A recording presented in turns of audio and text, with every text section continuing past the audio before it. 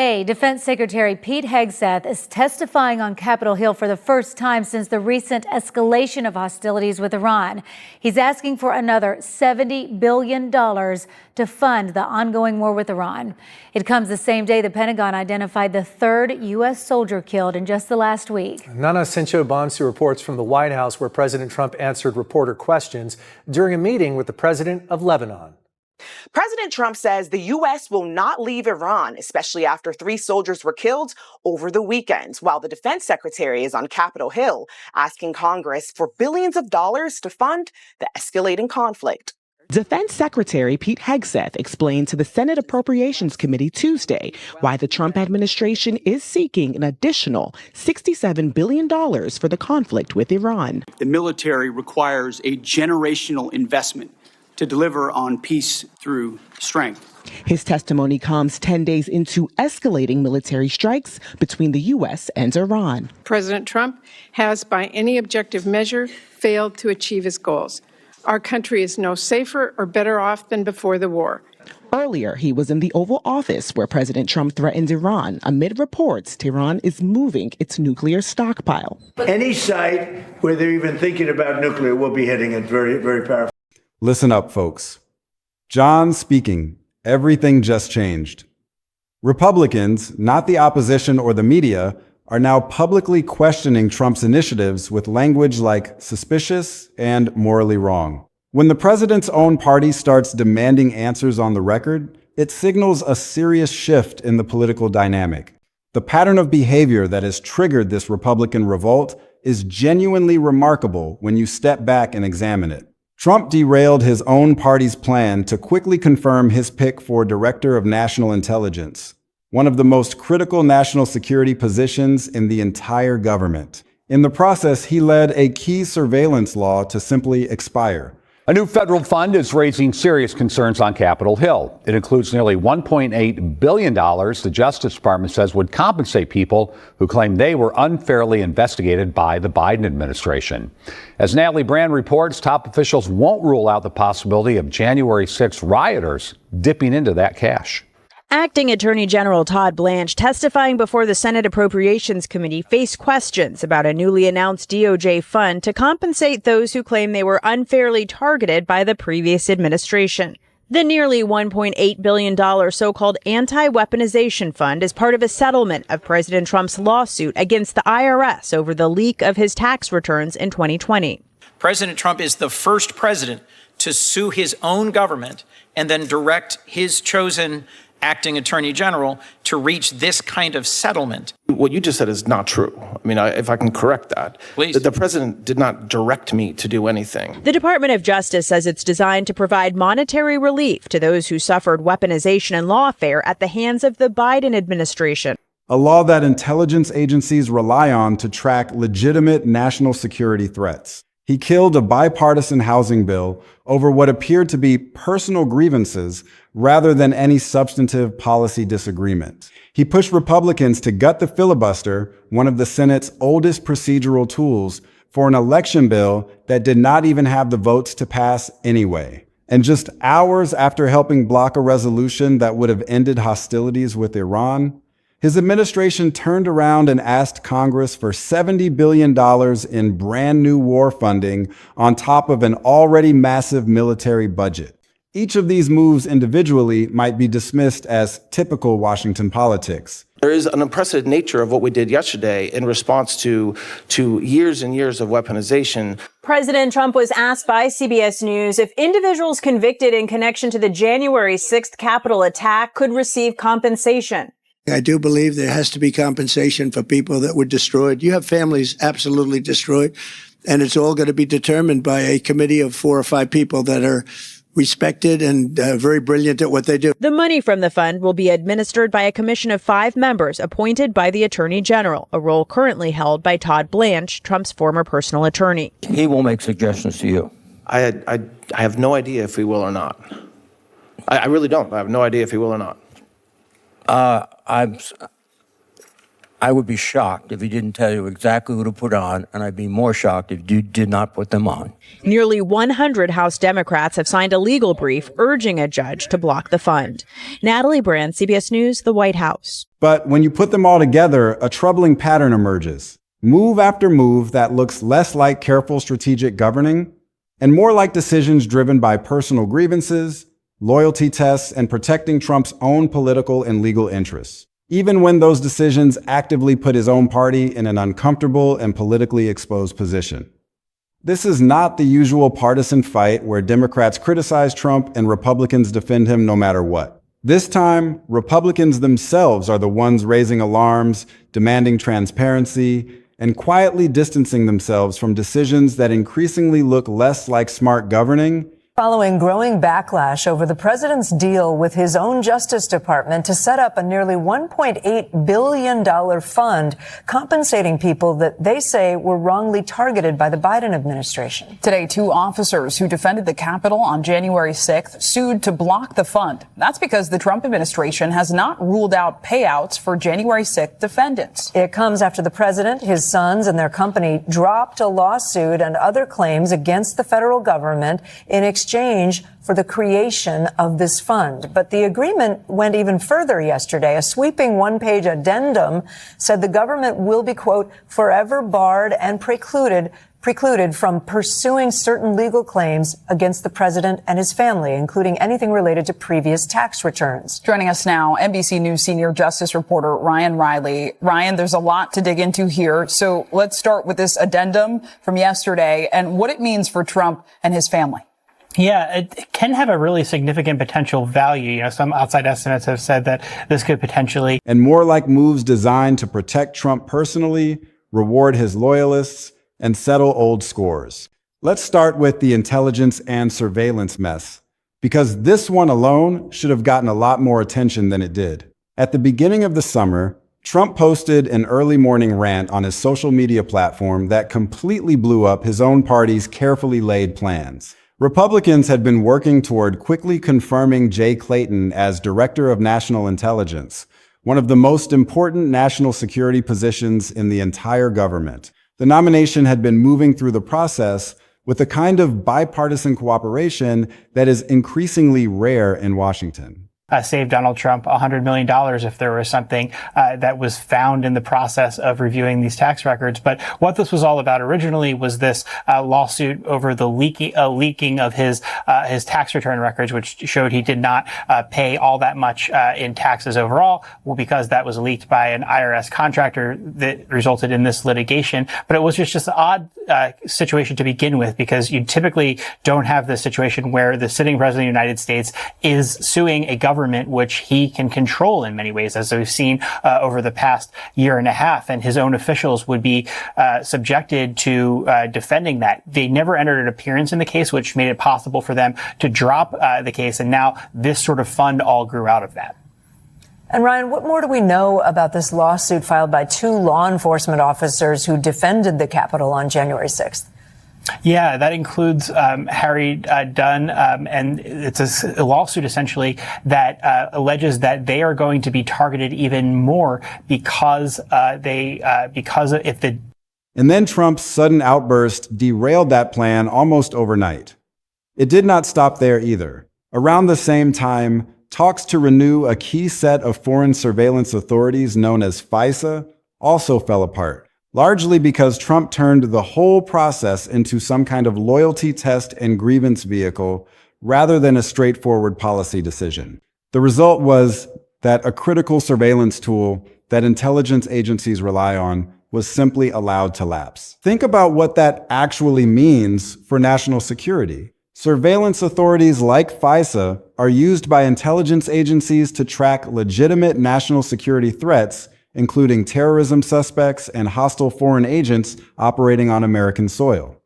This is not some minor bureaucratic detail. It has been renewed repeatedly over decades by both parties, precisely because intelligence officials consider it a critical tool for keeping the country safe. Letting that lapse because of a personal social media meltdown rather than because of a genuine policy disagreement is exactly the kind of thing that made Republican aides furious. According to reporting, GOP staffers described Trump's sudden reversal as badly timed and said it undermined their ability to show voters they can actually govern effectively heading into the midterms. This is your own party staff saying this hurt them politically, not some opposing party spinning the story. The housing bill incident is another piece of this pattern that reveals something important about Trump's approach to governing. Trump canceled a bipartisan housing bill that had already been negotiated between both parties, a bill that had support from lawmakers on both sides of the aisle. The decision appeared to be driven by petty personal grievances rather than any actual substantive disagreement over the policy itself. A bill that had already survived the difficult process of finding common ground across party lines got scrapped, essentially, because of Trump's mood or a personal slight, rather than any real problem with the substance of the legislation. That is not how effective governing works. That is how someone operates when they are more concerned with settling scores than with actually getting things done. On top of that, Trump also pushed Republicans to gut the filibuster, one of the Senate's oldest procedural tools, specifically to pass an election-related bill that by most accounts did not even have enough votes to pass, regardless of whether the filibuster stayed in place or not.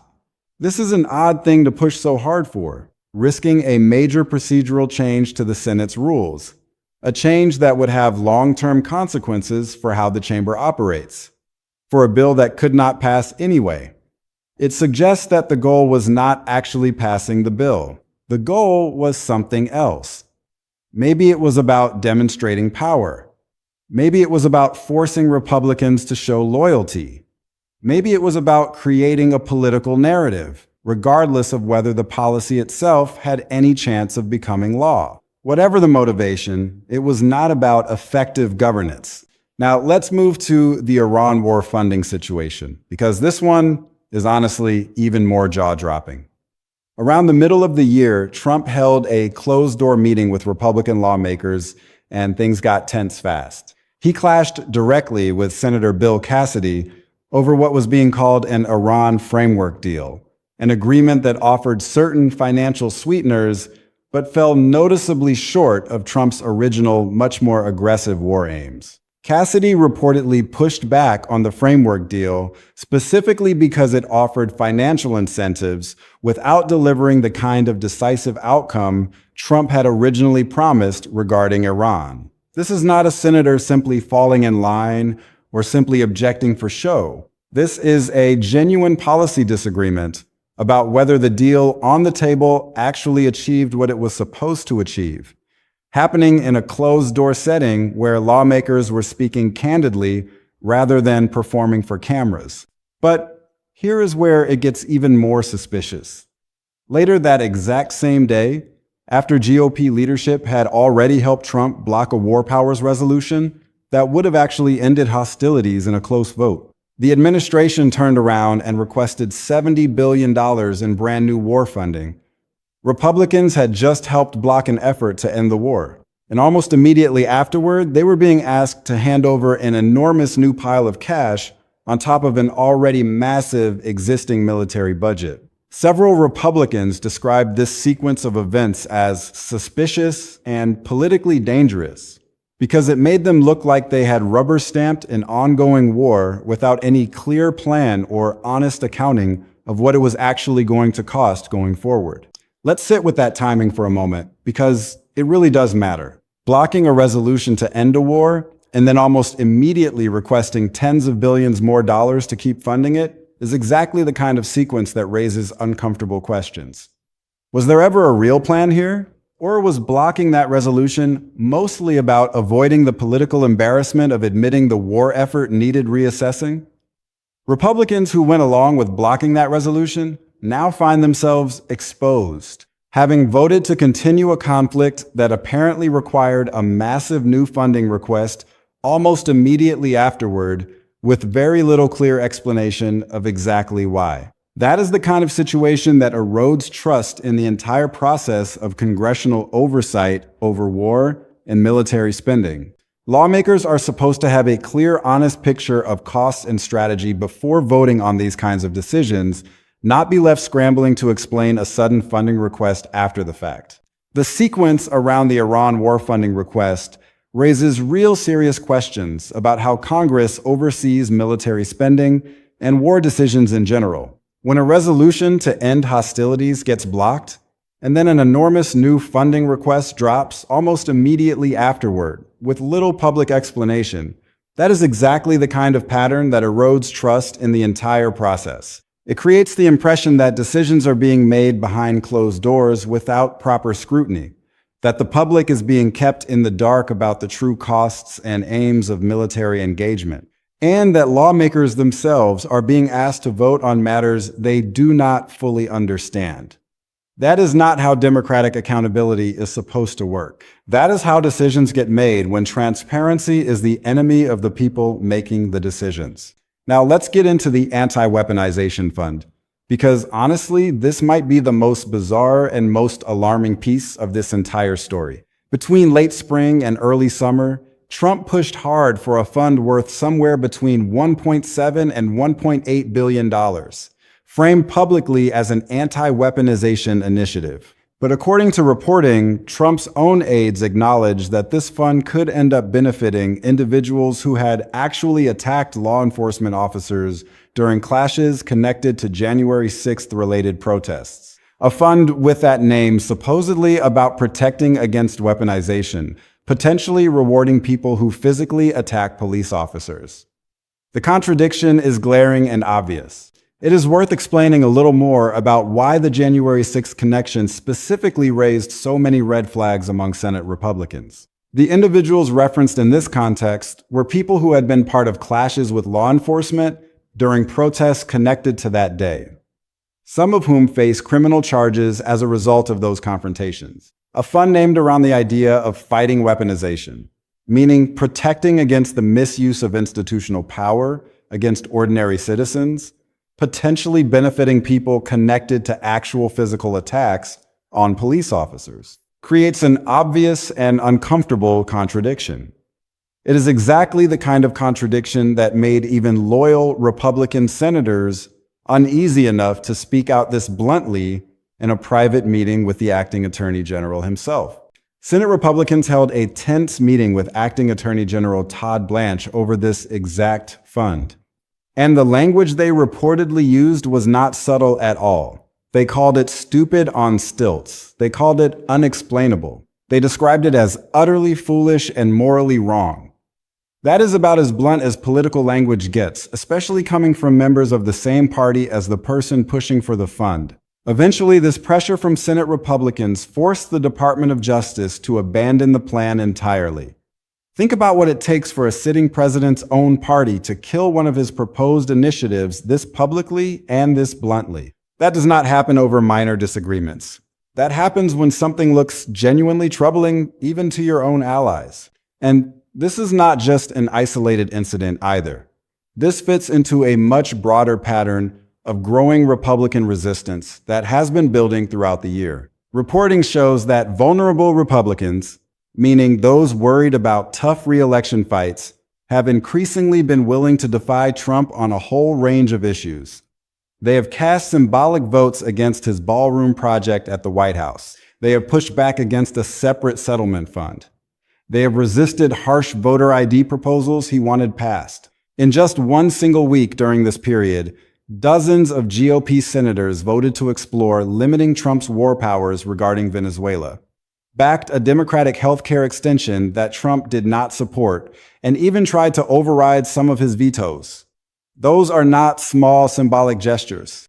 Those are clear, repeated signals that a meaningful chunk of the Republican Party is actively seeking distance from Trump and demanding more honest, straightforward answers about his overall agenda. The political dynamics driving this resistance are worth understanding because they reveal something important about the state of the Republican Party heading into the midterm elections. Vulnerable Republicans facing genuinely competitive races cannot afford to look like they are simply rubber stamping every decision coming out of the White House without asking hard questions. Voters in swing districts and swing states tend to punish candidates who appear to have no independent judgment of their own. That political reality is a big part of why some of this pushback is happening now specifically rather than earlier in the term, when the political stakes of appearing overly loyal felt less immediately threatening to individual re-election campaigns. When you connect all of these threads together, the derailed intelligence pick, the lapsed surveillance authority, the secretive war funding sequence, and this deeply strange anti-weaponization fund, move after move that looks less like careful strategic governing and more like decisions driven by personal grievances, loyalty tests, and protecting Trump's own political and legal interests, even when those decisions actively put his own party in an uncomfortable and politically exposed position. The derailed intelligence pick wasted weeks of careful negotiating work that Republican leadership had already invested in getting both the nomination and the surveillance renewal across the finish line.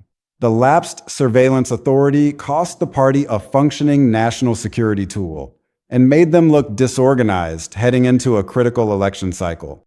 The war funding sequence left Republicans exposed, having voted to continue a war that apparently needed a massive sudden new funding request almost immediately afterward, with little clear explanation offered to the public or even to lawmakers themselves. And the anti-weaponization fund, worth close to $2 billion, was reportedly capable of benefiting individuals who attacked law enforcement officers during January 6th related clashes, language rarely used by a president's own party about his own initiative.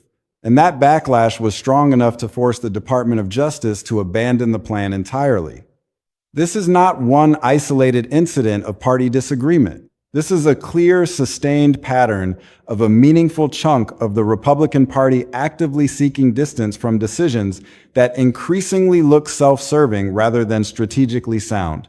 Open party revolt like this is genuinely rare in modern American politics. Most of the time, a sitting president's own party works hard to present a unified front in public, saving any real disagreements for closed-door negotiations rather than public statements or leaked meeting details. When you see this many separate instances of public pushback in such a short window of time, the Ballroom Project, the Settlement Fund, voter ID plans, war powers votes, and now this fund controversy, that tells you the usual incentives to stay unified in public are breaking down. Something about the cumulative weight of these decisions has pushed enough Republicans past their normal threshold for staying quiet. This story matters because it fundamentally undercuts one of Trump's core political images, the idea that he is a brilliant strategic dealmaker who always knows exactly what he is doing. When his own allies are describing his moves as suspicious, badly timed, and politically dangerous, that image takes a serious hit. It suggests that at least some of what looks like strategy from the outside is actually closer to chaotic, reactive decision-making driven by grievance and self-interest rather than any coherent long-term plan. That gap between the carefully cultivated public image and what insiders are actually saying behind closed doors is exactly the kind of disconnect that tends to matter enormously once voters start noticing it too. The midterm timing makes all of this even more consequential. Vulnerable Republicans facing genuinely competitive races cannot afford to look like they are simply rubber stamping every decision coming out of the White House without asking hard questions. Voters in swing districts and swing states tend to punish candidates who appear to have no independent judgment of their own. That political reality is driving some of this pushback. Republicans who go along with these moves risk looking complicit in decisions that increasingly appear self-serving. Republicans who push back risk facing Trump's public wrath and potential primary challenges. That is an exhausting, no-win position for a party trying to actually function as a governing majority. In the short term, Trump seemingly benefits by maintaining tight personal control over his party through loyalty tests and unpredictable social media outbursts that keep everyone around him on edge. But in the bigger picture, this approach is clearly damaging his own party's ability to govern effectively and present a unified, competent front heading into a critical midterm election. Republicans who go along with these moves risk looking complicit in decisions that increasingly appear self-serving. Republicans who push back risk facing Trump's public wrath and potential primary challenges. That is an exhausting, no-win position for a party trying to actually function as a governing majority. The constant need to navigate these impossible choices is taking a toll on the party's cohesion and its ability to focus on anything other than managing Trump's impulses. The Anti-Weaponization Fund raises an equally serious question about transparency and accountability in how public money gets allocated. A proposed fund that could potentially benefit people who attack law enforcement officers is exactly the kind of thing that deserves intense scrutiny, regardless of which political party is involved. The fact that Trump's own Senate allies were the ones who ultimately killed this proposal shows that at least some guardrails within the party are still functioning even under significant pressure to simply go along with the president's wishes. But the fact that such a proposal was even considered in the first place raises questions about the judgment of those who drafted it and those who were willing to entertain it before the backlash forced them to retreat. What happens next depends heavily on whether this pattern of Republican pushback continues to grow or whether Trump manages to reassert tighter control over his party as the midterms approach. Given how many separate issues Republicans have already pushed back on this year, the Ballroom Project, the Settlement Fund, voter ID plans, war powers, healthcare policy, and now this anti-weaponization fund, there is reason to think this pattern will likely continue rather than fade away. Vulnerable Republicans facing tough re-election fights have clear political incentives to keep demonstrating some independence from an increasingly unpredictable and self-serving pattern of decision-making. Here is the honest truth about this whole situation. When a president's own party starts using words like suspicious, stupid on stilts, and morally wrong to describe his decisions, that is not something to just glance over as typical political noise. That is a genuine signal that something has shifted in how his own allies perceive his priorities and motivations. Whether this ultimately leads to real, lasting change in how his administration operates, or simply fades into another news cycle that gets forgotten within a few weeks, remains to be seen. But for right now, the fact that Republicans themselves are demanding these answers is exactly the kind of accountability moment worth paying close attention to, regardless of which side of the political aisle you sit on. It is also worth remembering that once a party starts publicly airing this level of internal disagreement, it becomes much harder to fully walk it back later, even if leadership eventually tries to smooth things over for the cameras. The tensions that have been exposed through these controversies are not going to simply disappear. They reflect genuine concerns that have been building for months about how the administration is operating and whether it is serving the interests of the party or just the interests of the president. Those concerns will continue to simmer beneath the surface, even if they become less visible for a time. So keep an eye on this story because tension between Trump and his own party rarely resolves quietly or quickly. And if this pattern of suspicious moves and growing Republican pushback keeps developing heading into the midterms, we will be right here breaking down every new twist for you point by point. This is exactly the kind of story worth watching closely in the weeks ahead, because how Republicans handle this growing internal tension could end up shaping the entire midterm landscape far more than any single headline on its own ever could. Stay tuned because this particular fight inside the Republican Party is very likely far from over, and the consequences of how it resolves will be felt for years to come.